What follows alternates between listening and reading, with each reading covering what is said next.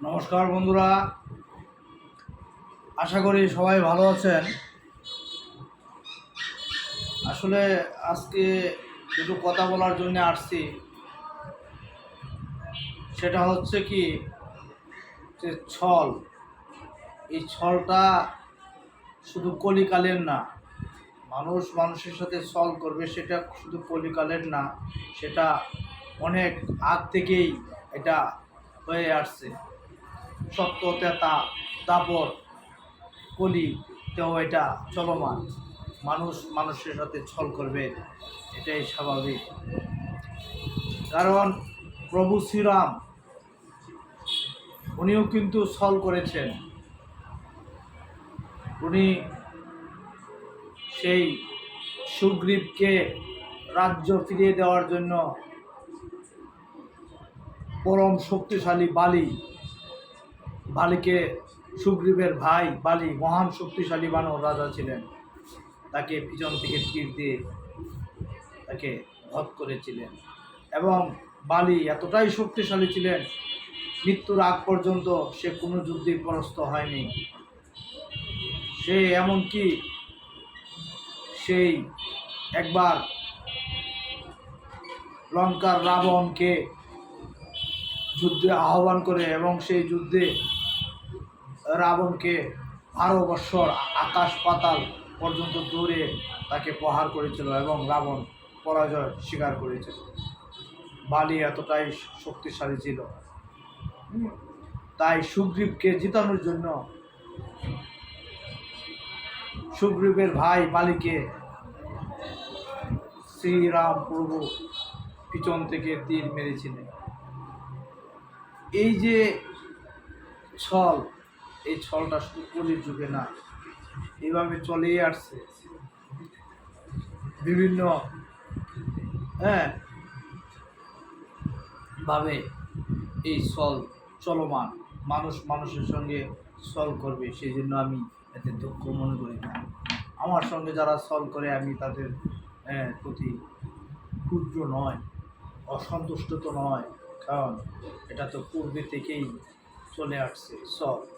কেন জানেন না আপনারা? রামায়ণের পরে মহাভারতেও তো হিংসা ছিল। মহাভারতে হিংসা ছিল, মহাভারতে ছল ছিল, মহাভারতে কপট ছিল, মহাভারতে অনেক কিছুই ছিল। জানেন না? সবাই জানে যে ধনুক সর্বশক্তিমান অর্জুন, কিন্তু না, অর্জুনের চেয়েও বড় শক্তিমান যুদ্ধ ছিল, কিন্তু তাদের নাম প্রকাশ করা হয়নি। কারণ তারা হয়তো অনেক ছোট ছিল, নিম্নবর্ণের ছিল, সেই জন্যই ছিল না। আপনার সেই যুদ্ধে অর্জুনকে ছল করেই জিতানো হয়েছে। যদিও এই ছল অর্জুনের আগে অন্যরা করেছে, অর্জুনও করেছে, সেই ছল করেই যুদ্ধে জিতে হয়েছে। অর্জুনের চেয়েও কম শক্তিশালী ছিল না। অর্জুনের চেয়েও বড় ধনুর্ধর হতো যদি একলব্যকে গুরু দ্রোণাচার্য শিক্ষা দিত। কিন্তু গুরু দ্রোণাচার্য তো একলব্যকে শিক্ষা দেয়নি। কেন দেয়নি? একলব্য ছোট বংশের ছিল, সেই জন্য একলব্যকে ধনুক শিক্ষা দেয়নি সেই গুরু দ্রোণাচার্য চেয়েছিলেন যে অর্জুন যেন এই পৃথিবীতে শ্রেষ্ঠ ধনুকধারী হয়, সেই জন্যই একলব্যকে ধনুক শিক্ষা দেয়নি। একলব্য সে পিছু ছাড়ে নেই, দূর থেকে সেই গুরু দ্রোণাচার্যের বিভিন্ন শিক্ষা দূর থেকে সে লক্ষ্য করত এবং গুরু দ্রোণাচার্যের মূর্তি তৈরি করে সে বিভিন্ন যুদ্ধের কৌশল শিখল এবং অল্প বয়সে সেই বিশাল ধনুর্বিদ্যা অর্জন করে ফেলে। একদিন সেই গুরু দ্রোণাচার্যই ওনাকে ছল করেছিল, কারণ উনি বুঝতে পেরেছিল যে একলব্য যদি তার বিদ্যা চালিয়ে যায়, অর্জুন শ্রেষ্ঠ ধনুর্ধারী হবে না। সেই জন্যই তার কাছে গুরু দক্ষিণা চাইল। গুরু দ্রোণাচার্য একলব্যর কাছে গুরু দক্ষিণা চাইল। সেই গুরু দক্ষিণা কি? তার ডান হাতের বৃদ্ধ আঙ্গুল, এবং একলব্য প্রণাম ভক্তি করে সেই আঙ্গুল দিয়ে দিয়েছিল, যাতে সেই ধনুর্বিদ্যা সে যাতে পারদর্শী না হয়। এইদিকে সূর্যপুত্র কর্ণ, সে এতটাই শক্তিশালী ছিল ধনুক, অর্জুনের মতন ব্যক্তি তাকে হারানো খুব কঠিন হয়ে পড়ত, যদি বাসুদেব শ্রীকৃষ্ণ এখানে ছল না করিত। কারণ যে বাণ প্রহার করেছিল, যদি বাসুদেব শ্রীকৃষ্ণ তার পা দ্বারা রথ, অর্জুনের রথ যদি ডাবিয়ে না দিত, তাহলে সেই বাণেই হয়তো অর্জুন বীরগতি লাভ করিত। কিন্তু শ্রীকৃষ্ণ সেই অর্জুনকেই বাঁচিয়েছিল। এবং কর্ণ এতটাই শক্তিশালী ছিল, রাধের পুত্র, সে তাকেও কিন্তু দ্রোণাচার্য ধনুক শিক্ষা দেয়নি, তাকেও দেয়নি। সুতপুত্র বলে অপমান করেছিল, হ্যাঁ, এবং বলেছিল আমি তোমাকে দিতে পারবো না, এবং তাকে খুশি করার জন্য তার নাম দিয়েছিল অর্জুন, অর্জুন, তার নাম দিয়েছিল কর্ণ।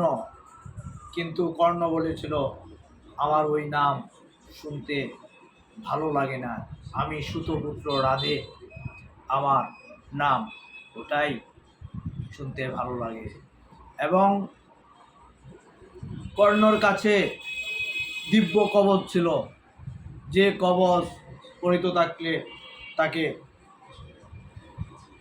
কেউ পারত না, এবং শ্রীকৃষ্ণও পারত না তাকে বধ করতে। সেটা সে ইন্দ্র, দেবরাজ ইন্দ্র ছল করে ভিক্ষে চেয়েছিল যুদ্ধের আগে, সেই কবচটুকু দিয়েছিল। এবং কর্ণ তাকে চিনতে পেরেছিল যে প্রভু আপনি আসছেন, এই কর্ণ এই পৃথিবীতে কাউকে খালি হাতে ফিরাবে না। সেই জন্যই বলে, মানুষ কথায় কথায় বলে দেখেন যে দাতা কর্ণ, সে তার সর্বত্রই বিলিয়ে দিয়ে গেছে। সে জানতো সেই এই কবচ তাবিজ থাকলে কেউ তাকে কিছু করতে পারবে না, তারপরেও সেই কবচ তাকে ইন্দ্রদেবকে দিয়ে দিয়েছিল যুদ্ধের একদিন আগে। এবং সে এতটাই শক্তিশালী, হ্যাঁ, তার কাছে এমন এক ধনু ছিল যে ধনুটা সে ব্যবহারই করেনি। শিবের সেই বিজয় ধনু, সেই ধনু সে ব্যবহার করেনি। এবং সেই ধনুটা শিব দিয়েছিল কাকে?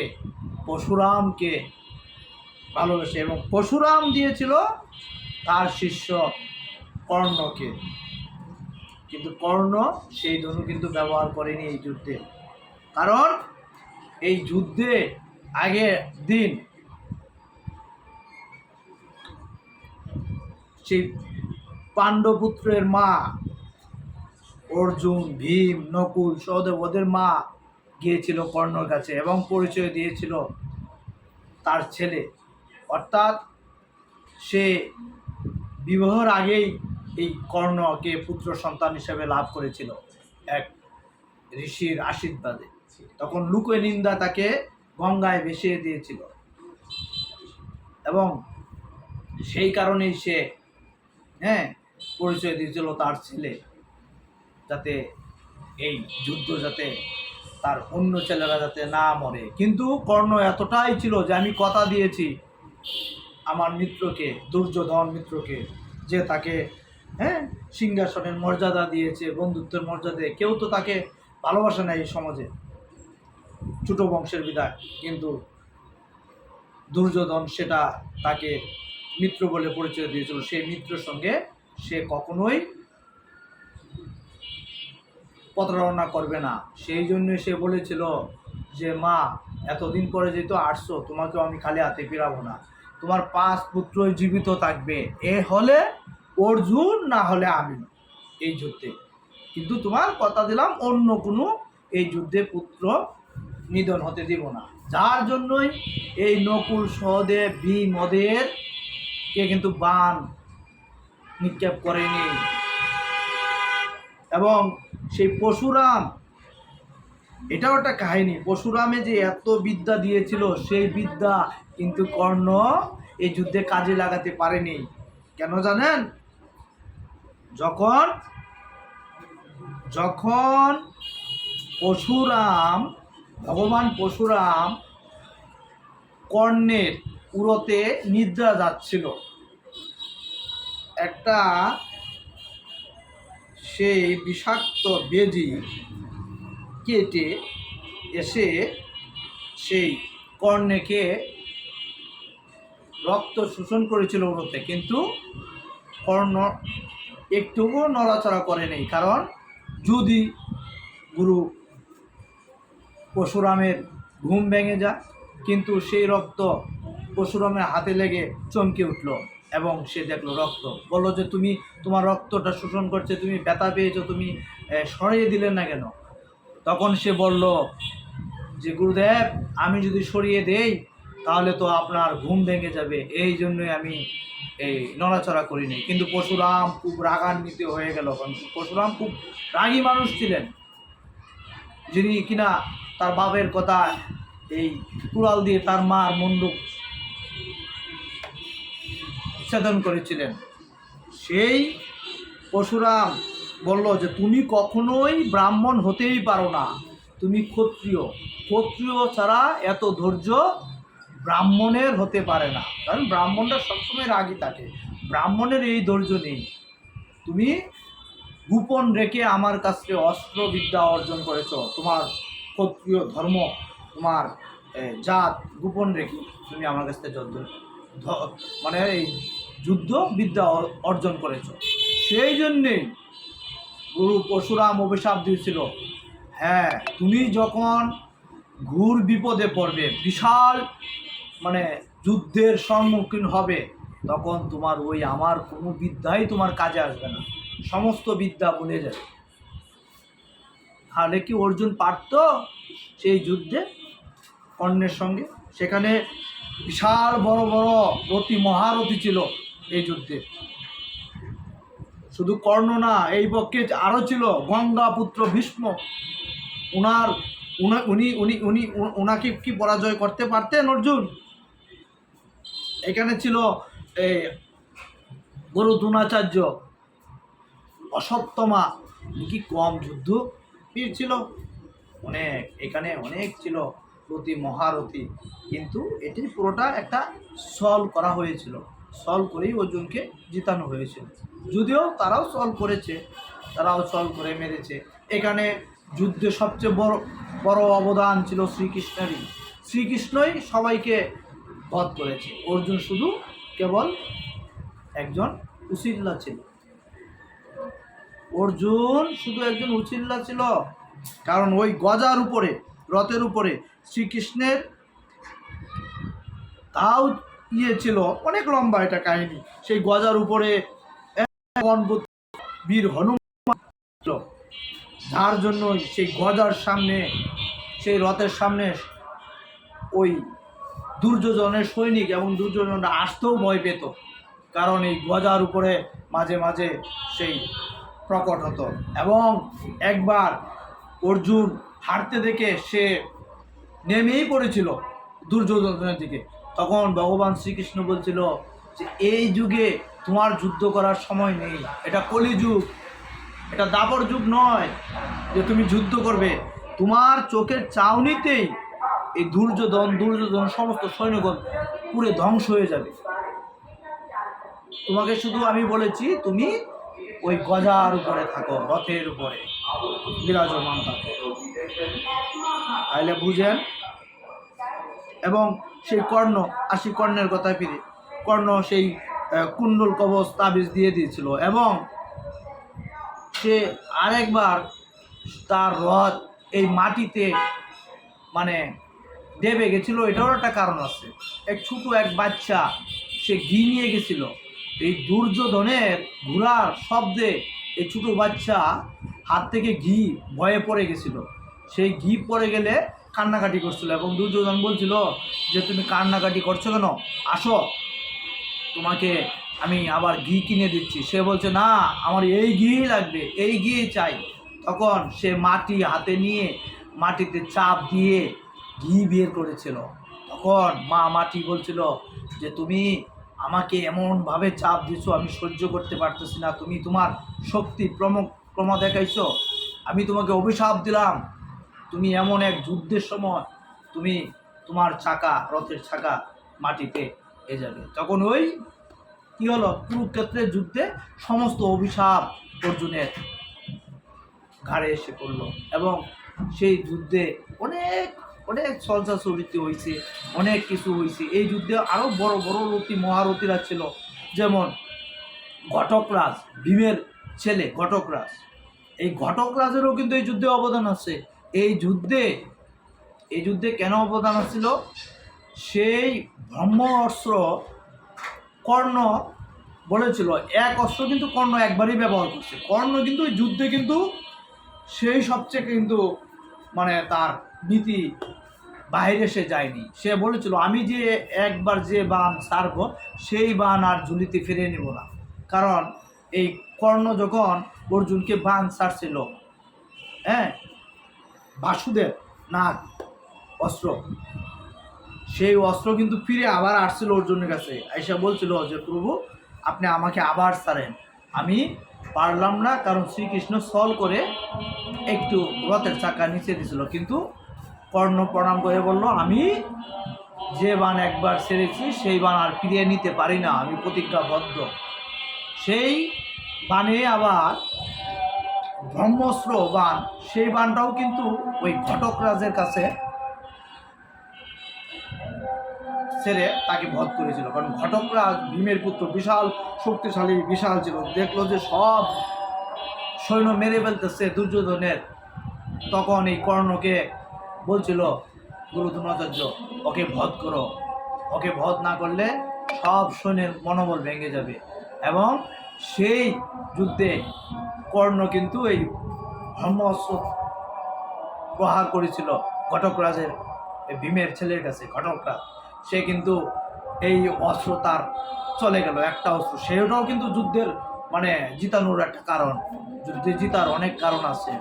তারপরে সেই ঘটকরাজের ছেলে আবার বর্বরিক, এই শ্রীকৃষ্ণ সবাইকে জিজ্ঞেস করছিল মানে যুদ্ধ শেষ করতে কতদিন সময় লাগবে, সবাই সবার মতো বলছিল, কিন্তু এই ঘটকরাজ বলছিল মাত্র আমি 3টা বাণে যুদ্ধ শেষ করে দেব।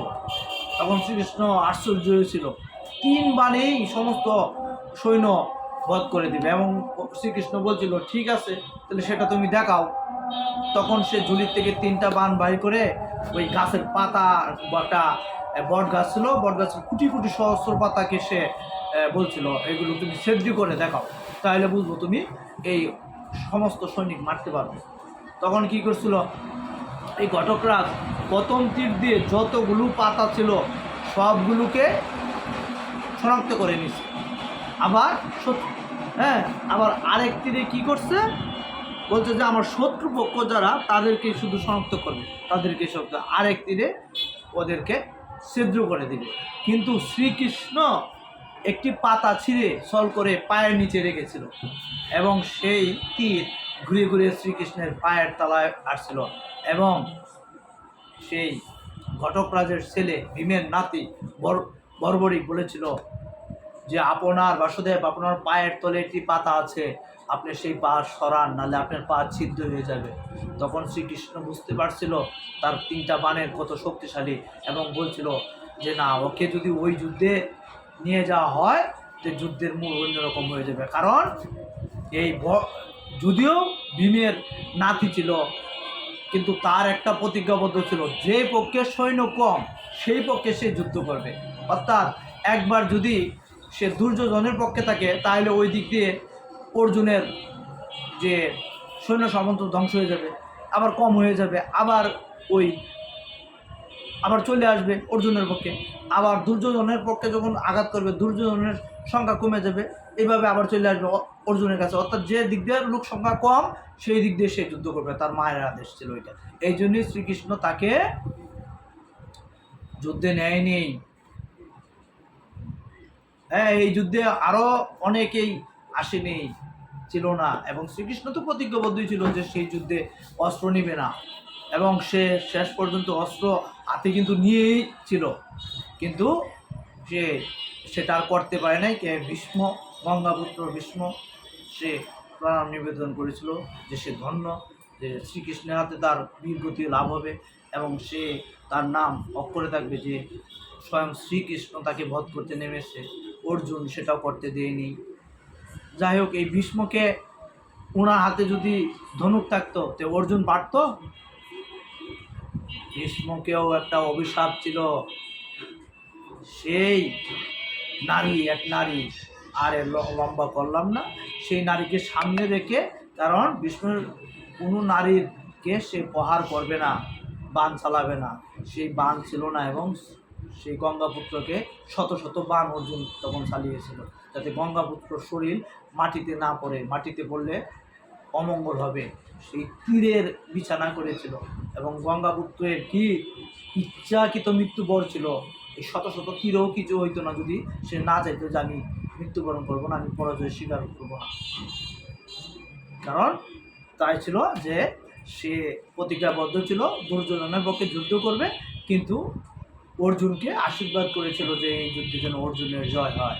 সেই জন্যই কলে কৌশলে হোক সে পরাজিত হয়ে ধরাশায়ী হয়েছিল। আর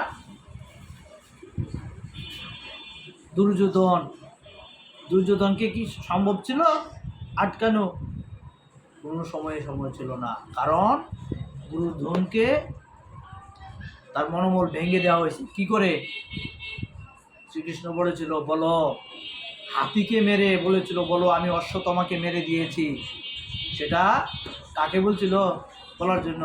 অর্জুনের ভাই, বড় ভাই, যিনি ধর্মপরায়ণ ছিল, মিথ্যা কথা বলবে না, হ্যাঁ, যিনি স্বর্গে গিয়েছিল, যুধিষ্ঠির রাজা যুধিষ্ঠির, সে কি বলেছিল? চুটকি করে বলেছিল যে হাতি অশ্বত্থামা বধ করে দিয়েছে ভীমে শিখেছে বলে, আমি অশ্বত্থামাকে বধ করে দিয়েছি। তখন গুরু দ্রোণাচার্য বলছে, এ কি করে সম্ভব? ভীম কি করে পারে অশ্বত্থামাকে বধ করতে? কারণ অশ্বত্থামা মহারথীও ছিল সে। তখন এই গুরু দ্রোণাচার্য তার ধনুক ফেলে দেয়, এবং সেই সুযোগে এই দুর্যোধনকে বধ। এখানে অনেক ছল ছিল, অনেক কিছুই ছল ছিল, এবং এই কর্ণকে বধ করেছিল এই বাণটা যে ছেড়ে অর্জুন, তখন কিন্তু কর্ণের হাতে ধনুক ছিল না। হ্যাঁ, এবং শ্রীকৃষ্ণ বলছিল, এখনই সুযোগ, এখনই তুমি বাণ নিক্ষেপ করো অর্জুনের প্রতি। অর্জুনকে বলছিল যে তুমি এখনই কর্ণের প্রতি বাণ নিক্ষেপ করো। অর্জুন প্রথমে অস্বীকার গিয়েছিল, অর্জুনকে মনে করিয়ে দিয়েছিল যে তোমার ছেলে বীরগতি হয়েছে, 16 বছর মাত্র বয়সে, অভিমান্যু, পরম যুদ্ধ ছিল সেও, যিনাকে মেরেছিল সেটাও কিন্তু ছল করেই মেরেছিল। কারণ গুরু দ্রোণাচার্য আর শ্রীকৃষ্ণ আর অর্জুন ছাড়া ওই যে চক্রব্যূহ কেউ ভেদ করতে পারতো না। কারণ এই চক্রব্যূহ ভিতরে ঢুকা অভিমান্যু তার মার গর্ভের থেকে শুনেছিল, যখন কিনা অর্জুন তার মার সঙ্গে গল্প করছিল, তখন ওই অভিমান্যু পেটের ভিতরে ছিল, ওই ভিতরে ঢুকাটুকু শুনতে পারছে, গল্প শুনতে হ্যাঁ, সেই অভিমন্যুর মা ঘুমিয়ে গেছিল, যার জন্যই এই অভিমান্যু চক্রব্যূহ ভেদ করাটা শিখে নেই, এবং চক্রব্যূহতে ঢুকে সে বীরত্ব দেখিয়েছিল, এবং সকলে মিলে, তার হাতে অস্ত্র ছিল না, তাকে বধ করেছিল গুরু দ্রোণাচার্যের মৃত্যুর আরও কারণ আছে। অহংকার করেছিল সে, কর্ণকে, একলব্যকে যুদ্ধ শেখায়নি, সেই জন্যই সে এই যুদ্ধে পরাজিত হয়েছিল। হ্যাঁ, অনেক কিচ্ছা কাহিনী আছে। লাস্ট পর্যন্ত পরে দুর্যোধন আর ভীমের গদা যুদ্ধ হয়েছিল। সব ধরনের দুর্যোধন আর ভীমের গদা যুদ্ধ। এই গদা যুদ্ধ এমনই যুদ্ধ ছিল।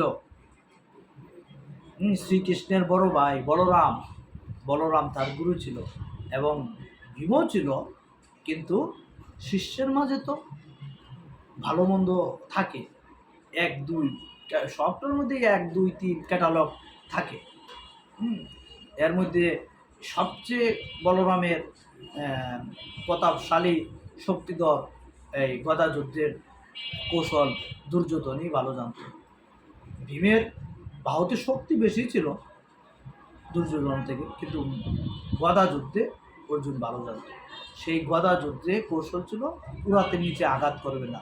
কিন্তু শ্রীকৃষ্ণ বলল কি এই যুদ্ধে যে বাতাশ্রী আপনার পূর্বের কথা মনে করুন, অর্থাৎ ওই যে একটা অপকর্ম করে রাখছে দুর্যোধন, সেই আপনার পাঞ্চালীকে, হ্যাঁ,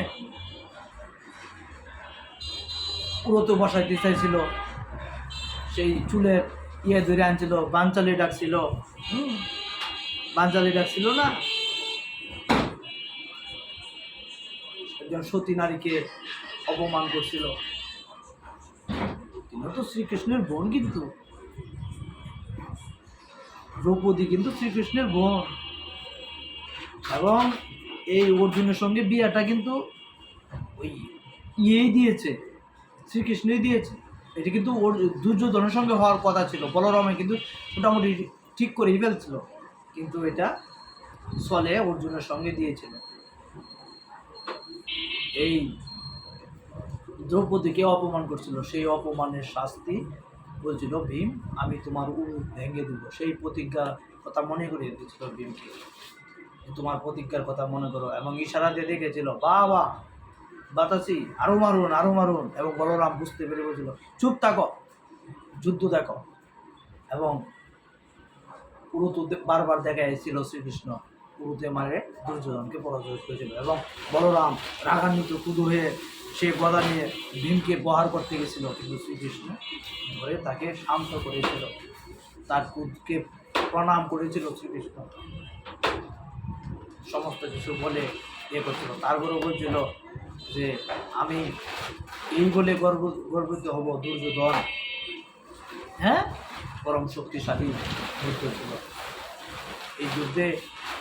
এই মহাভারতের যুদ্ধে অনেক চল দুই পক্ষই করেছিল, এবং শ্রীকৃষ্ণ নিজে সমস্তকে বধ করেছিল। এটা সাক্ষী দিয়েছিল কে জানে? এটা সাক্ষী দিয়েছিল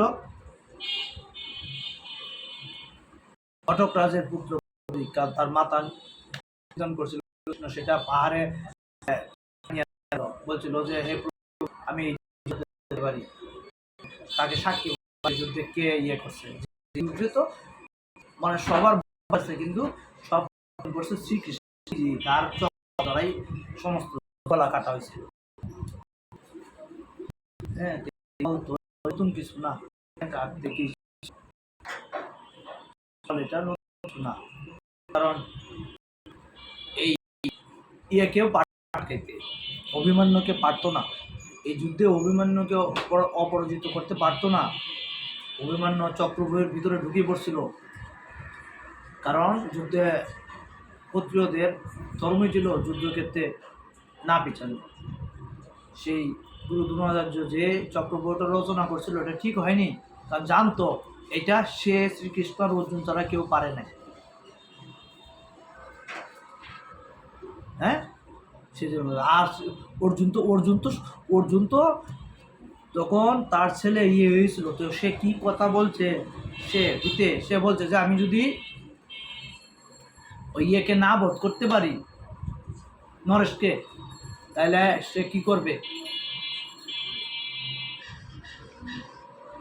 সে অগ্নি সমাধি নিয়ে নিবে, অগ্নি স্নান করে নিবে।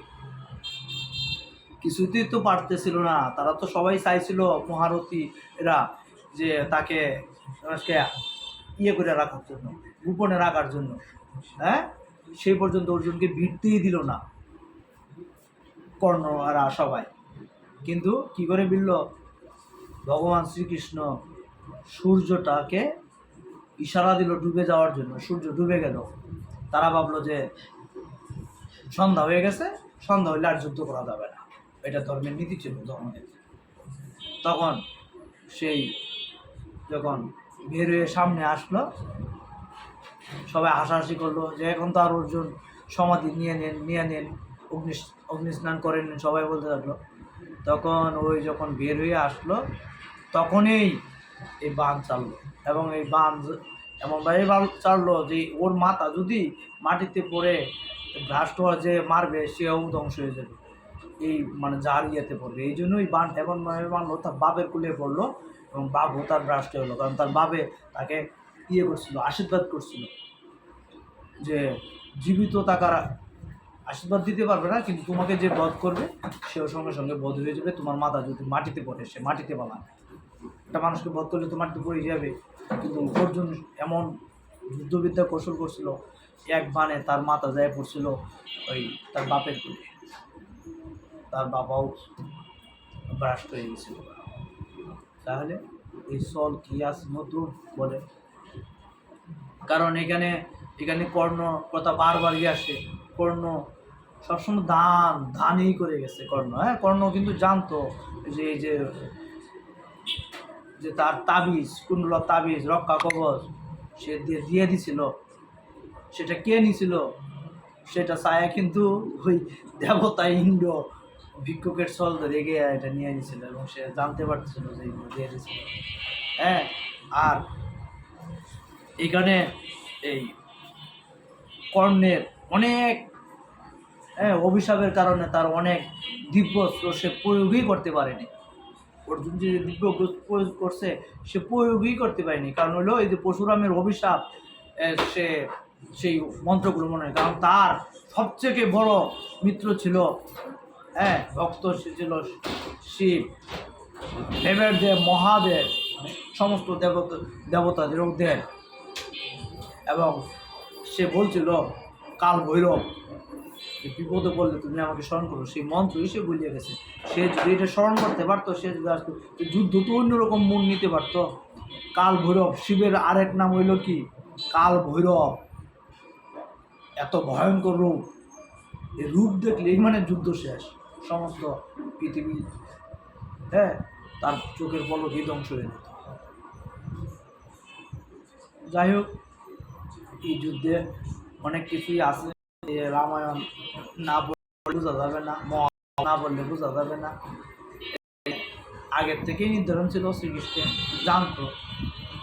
এইখানে ওই শ্রীকৃষ্ণ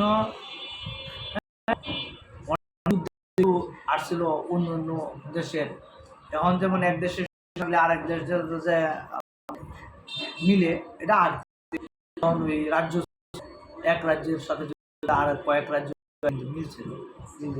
একজন ছিল যে না কোনো যুদ্ধ করবে না, দুইজনে খালি আপনার ইয়েই করছে, সেবা করার জন্য রান্না বান্নার আয়োজন করছিল। এবং শ্রীকৃষ্ণ বাদাম খেত রাত্রে, বাদাম, এবং কয়জন মারা যাবে এই সমস্ত কিছু, একটুকু খাবার কিন্তু ওই নষ্ট হইতো না। ঘন এত এত সহস্র সৈনিকের খাবার ঠিকমতো হইতো, এবং হাজার হাজার কোটি কোটি সৈন্যের রান্না করা খুবই কষ্টের ব্যাপার ছিল। এক রাজাকালী তার হাজার হাজার সৈন্য সমন্ত্রণ দিয়ে রান্না বান্নাই করতো। এবং কী করে বুঝতো জানেন, ওই শ্রীকৃষ্ণ রাত্রে বাদাম দিয়ে আইতো, উনি গনে গনে বাদাম দিয়ে আসতে, গনে গনে বাদাম খাইতো, উনি জয়টা বাদাম খাইতো, হ্যাঁ, তখন বুঝতো যে ওই পক্ষের সৈনিক এতগুলো মারা যাবে, দুই পক্ষের সৈনিক এতগুলো মারা যাবে। এই অতজনের খাবার কম রান্না করতো, এই জন্য খাবার কখনো নষ্ট হয়। অত শ্রীকৃষ্ণ আগেই জানতো কার উনি অন্তর্যামী, কে মরবে, কে বিভূতি লাভ করবে, কার যুদ্ধে জয় হবে। এই যুদ্ধ শ্রীকৃষ্ণ আড়াল থেকে যুদ্ধ করছে, মূল কথা হলো এটা। আর এই যিনি রাম ভক্ত পরম যিনি কিনা এখনো জীবিত পবনপুত্র হনুমান রাম ভক্ত। উনি কিন্তু এই গজার উপর থেকে মাঝে মাঝে ডুক্কার দিয়েছে। ওনার মানে দেখে, ভঙ্গি দেখে এই ধ্বজার এই রথের উপর কেউ আক্রমণ করে আসতেই সাহস পায় না। যাই হোক, অনেক আমার জানার হয়তো ভুল আছে, আপনারা হয়তো অনেকেই জানেন, যারা জানেন না তাদেরকে একটু বললাম বিষয়টা, যে ছল ছাতুরি এগুলো আগ থেকেই ছিল, এখনই থাকবে। আমার ভুল হলে সবাই ক্ষমা দৃষ্টিতে থাকবেন। জয় শ্রীরাম, হরে কৃষ্ণ।